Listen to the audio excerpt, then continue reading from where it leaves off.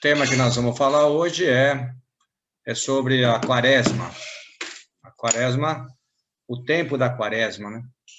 Começa na quarta-feira de cinzas e termina na quinta-feira santa. Não termina na Páscoa, não termina no domingo de Páscoa, termina na quinta-feira santa, né?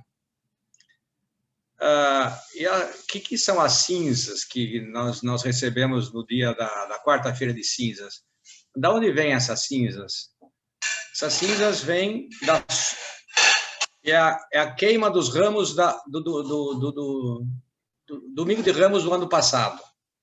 Então, os ramos que a gente participa da missa aí, aqueles ramos sobras e se queima e sobram-se as cinzas. Essas cinzas é usada na quarta-feira de cinzas para fazer a cruz na nossa testa, que o padre fala, convertei-vos e crede no evangelho. Então, é um tempo de... O que é a quaresma? A quaresma é um tempo de conversão, um tempo de conversão e de oração, de penitência, tudo isso. Começa na quarta-feira de cinza, vai até a quinta-feira santa. A cor litúrgica da quaresma é o roxo, né? É o roxo, a cor roxa. Então, nós vamos ver todos os dias da quaresma, esses 40, não são 46 dias. Se nós pegarmos da quarta-feira de cinzas até a quinta-feira santa, dá 46 dias, mas não é 40, é que tem 6 domingos e os domingos não se contam. Os domingos não são tempos tempos de penitência. Os domingos não são contabilizados, vistos que não serem dias de penitência. Os domingos da quaresma, a igreja não pede para não se fazer penitência, porque é um dia de festa, um dia da família, um dia de alegria, um dia de comemoração da ressurreição de Cristo. Então, são 46 dias, menos 6 domingos, que dá 40 dias. As penitências e as mortificações, ou mortificações, é que a igreja pede para que nós coloquemos um pouco mais de penitência e mortificação, jejum e orações, esmolas, obras de caridade. Para quê? Para que, a fim que a gente se prepare bem para a grande festa da Páscoa.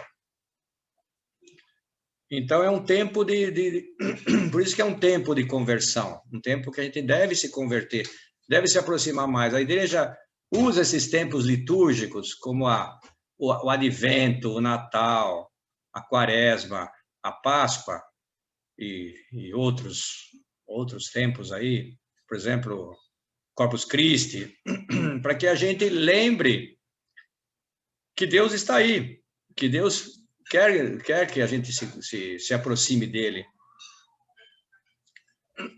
Então, o que é esse tempo de 40 dias? É um tempo de penitência em que a igreja recorda o período que Jesus Cristo esteve no deserto e foi tentado pelo demônio. Assim como nós somos tentados pelo demônio todos os dias, todos os momentos da nossa vida. Cristo foi tentado 40 dias e nós somos tentados todos os dias. Cristo também deve ter sido tentado não só 40 dias, mas esses 40 dias foi muito mais ativo o demônio aí para Cristo.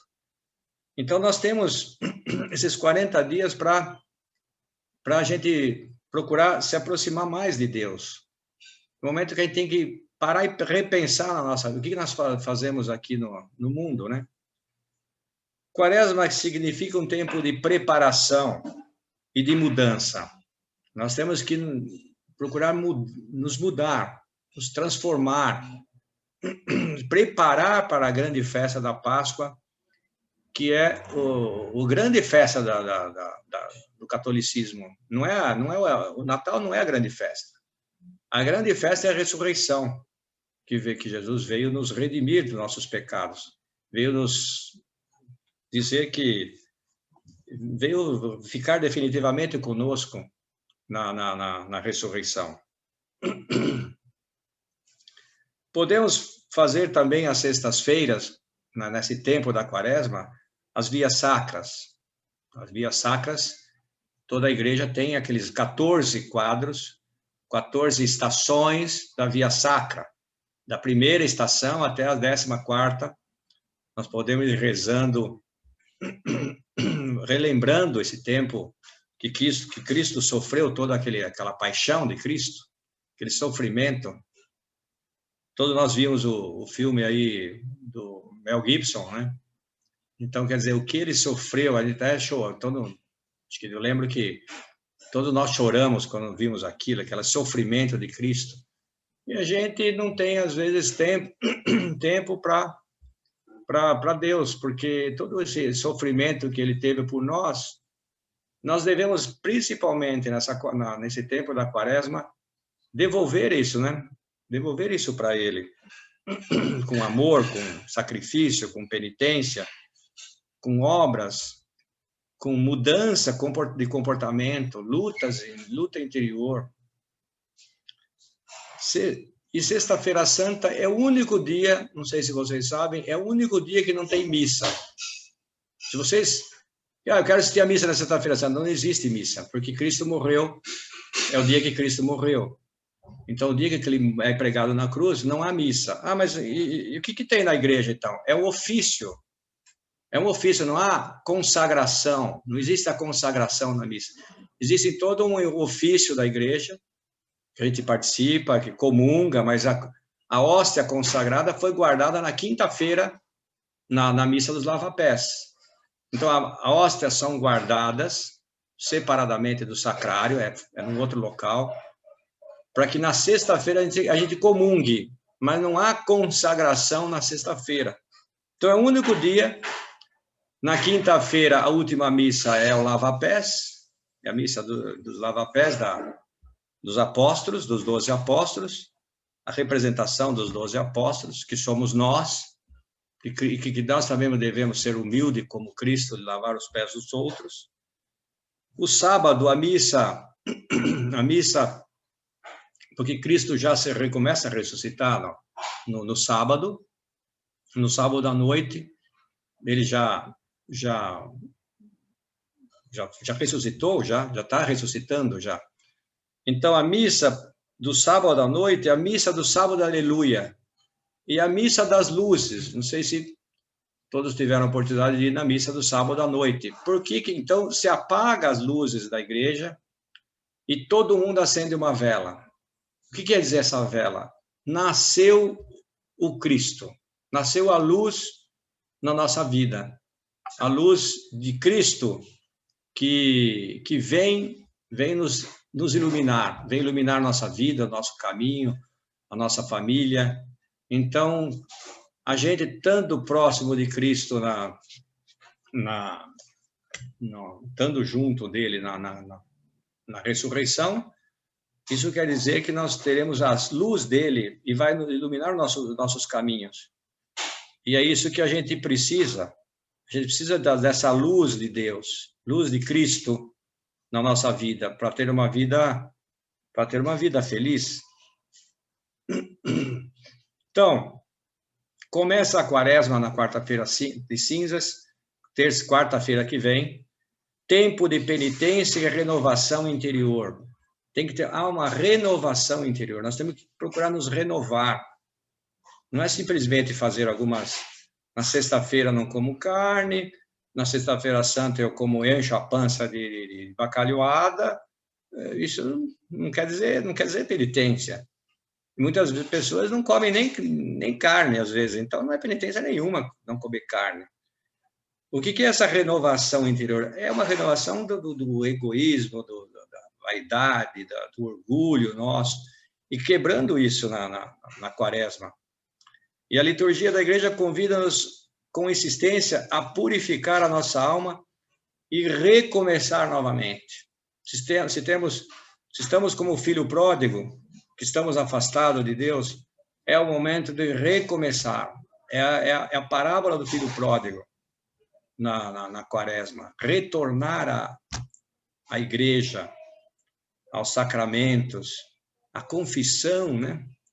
Esse é o momento, quer dizer, a igreja pede que a gente se confesse uma vez por ano. Essa é a época para a gente se confessar. Deveria confessar muito mais. A gente não tem pecado uma vez por ano.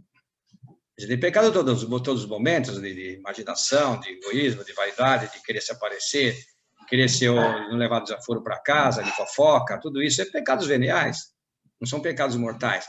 Então, nós devíamos confessar sempre. Mas a igreja coloca para a gente confessar pelo menos uma vez por ano. É o momento, é esse período que a gente deveria se aproximar. Então, convertei-vos, diz o Senhor, diz Deus, convertei-vos a mim de todo o vosso coração com jejum de lágrimas e gemido, rasgai os vossos corações, as vossas vestes, rasgai, quer dizer, tirar essas vestes de egoísmos que nós temos dentro de nós, rasgai, convertei-vos, e assim por diante. Lemos na primeira leitura da missa de quarta-feira de cinzas. E quando o sacerdote impuser a cinza na nossa testa, na nossa cabeça, recordar-nos-á as palavras do Gênesis. Lembra-te, ó homem, que és pó e em pó te hás de tornar. Então nós somos pó, não somos nada. Se a gente morresse hoje, daqui a alguns meses ninguém mais se lembra de nós. E a gente se acha o bom da boca, né? Acha-se o maioral, acha que nós somos os melhores, não podemos, isso daqui não vai ficar assim, eu vou devolver isso para ele e tal. E não, lembra-te, e não obstante, às vezes esquecemos que sem o Senhor não somos nada. Sem Deus nós não somos nada. Nós somos aquele pó, aquele pires que tem as cinzas que o padre deixa do lado do altar na quarta-feira de cinzas para passar em nós. Nós somos, na realidade, aquele pó, aquelas cinzas que estão lá, é o reflexo nosso. É isso que a igreja mostra. Que eu sou pó e pó eu vou voltar, eu vou retornar ao pó. Então, para que tanta nariz empinado? Para que tanta vaidade? Para que tanto querer poder, dinheiro? Se nós vamos voltar ao pó. Sem Deus, nada resta de grandeza do homem, senão este montinho de pó que está naquele prato que o padre vai passar em nós, né? Sem Deus, somos aquele pó. Mas com Deus podemos fazer muitas coisas. Não é aquele... Quer dizer, somos o pó, mas ao mesmo tempo podemos ser um brilhante, podemos ser um diamante. Com Deus podemos ser aquele pó pode transformar em diamante, né? O Senhor quer que desapeguemos das coisas da terra. E esse é o momento, essa época, esses 40 dias é o momento para a gente desapegar das coisas.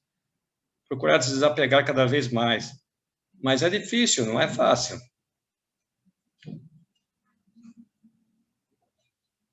É Ele quem apresenta diante de nós a simplicidade admirável do Evangelho. Dirigir o coração a Deus, sempre, né? Sempre. Converter-se significa estarmos dispostos a empregar os meios para viver como Ele espera que vivamos. Isso que é como Deus espera que eu viva, que eu seja um bom marido, um bom pai, um bom cidadão, um bom empresário, um bom trabalhador, um bom filho, um bom tudo, um bom cristão. Então, não é só simplesmente deixar de comer carne na sexta-feira santa, e dar esmola. Isso é fácil, esse é o mais fácil que tem. Mas eliminar o egoísmo, a vaidade, aquilo que puxa para baixo as nossas tendências a querer ser o melhor, a nossa imagem, o que vão pensar de mim. Isso que é mais difícil tirar, isso que é mais difícil.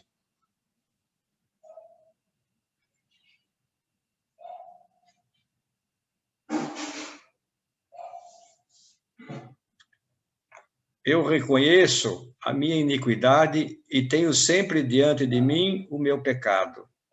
Somente contra vós pequei. Ó meu Deus, criai em mim um coração puro e renovai-me o espírito de firmeza. Quer dizer, pedir para que Deus nos renove o nosso espírito de firmeza nas coisas da fé cristã, que a sociedade, a mídia, tudo nos leva a desviar desse caminho de Deus.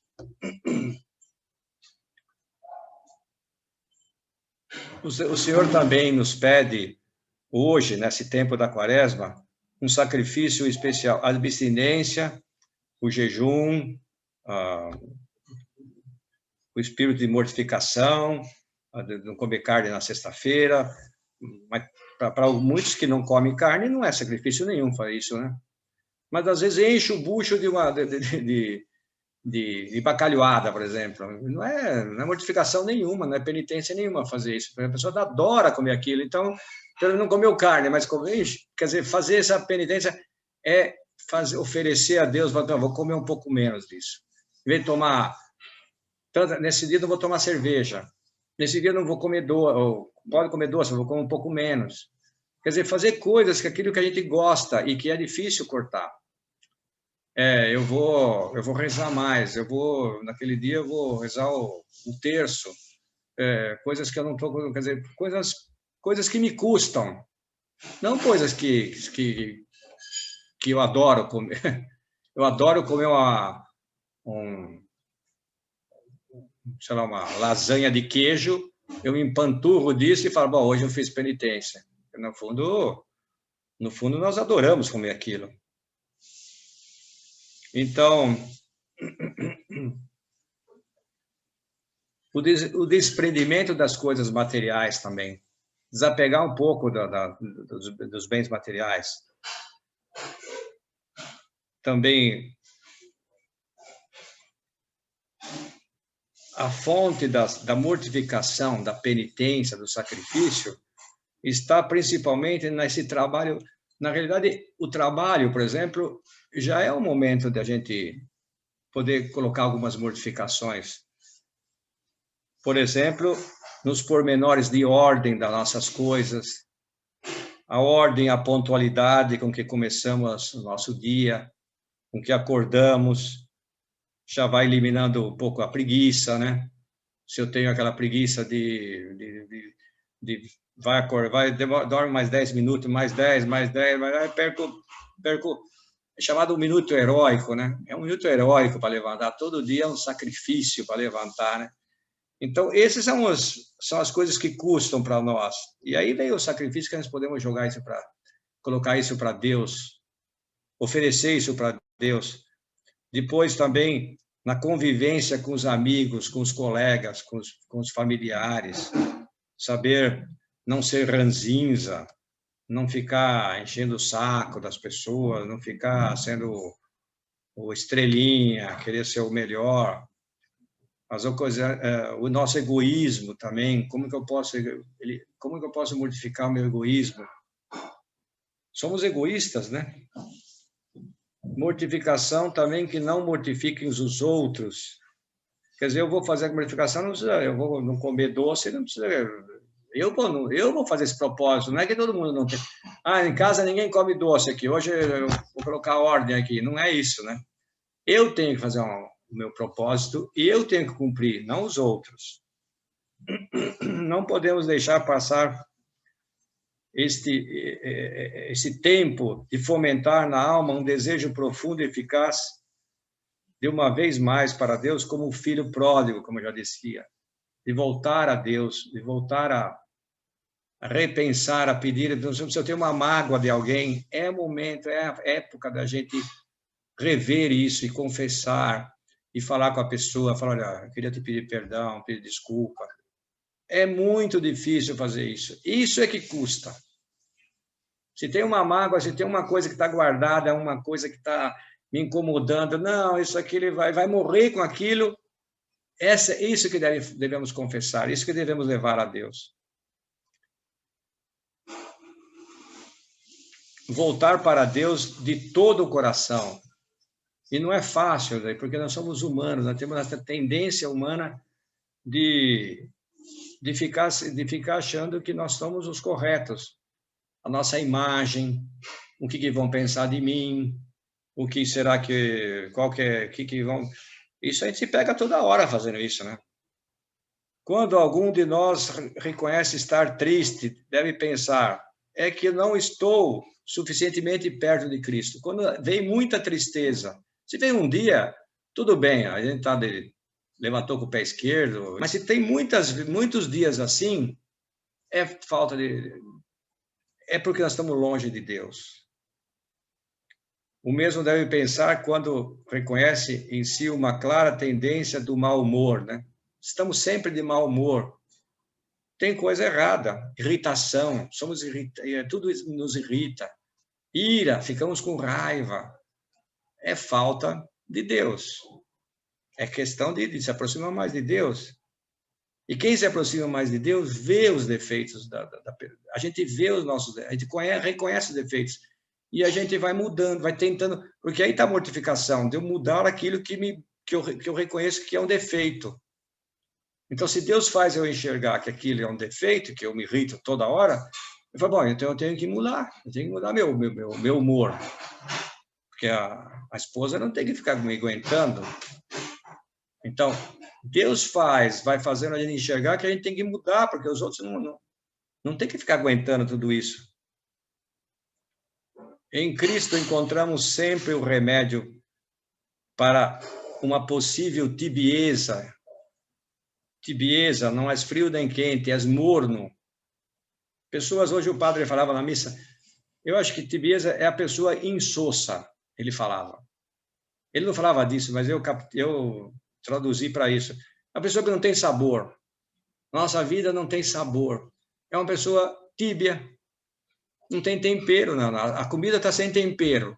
Todo mundo entende o que é uma comida sem tempero. Não tem graça nenhuma. Assim é a vida de uma pessoa tíbia. Não tem graça. Ela não é alegre, não é feliz. Quando alguém diz, sou irremediavelmente preguiçoso, não sou tenaz, não consigo terminar as coisas que começo, deveria pensar, não estou perto de Cristo como deveria. Quer dizer, quando a gente vê que tem muita coisa, está tudo dando errado, deve ter o termômetro, é Cristo, é Deus. Por isso, aquilo que cada um de nós possa reconhecer na nossa vida como defeito, então, se a gente vai enxergando que eu tenho esse defeito, eu tenho defeito porque Deus me fez enxergar aí na confissão, eu posso ir fazendo isso e limpando minha alma. Então, se cada um de nós possa reconhecer o nosso defeito na nossa vida, como uma doença, deveria ser irremediavelmente referido este exame íntimo e direto. Não sou perseverante, não persevero na vida, não estou perto de Cristo. Não sinto alegria, não estou perto de Cristo.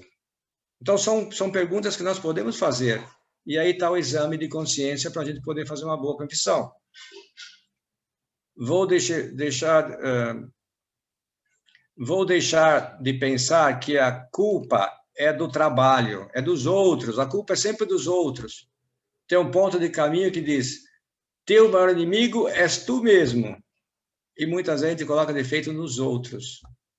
Porque os outros não gostam de mim, porque os outros ficam criticando, mas muitas vezes o problema somos nós.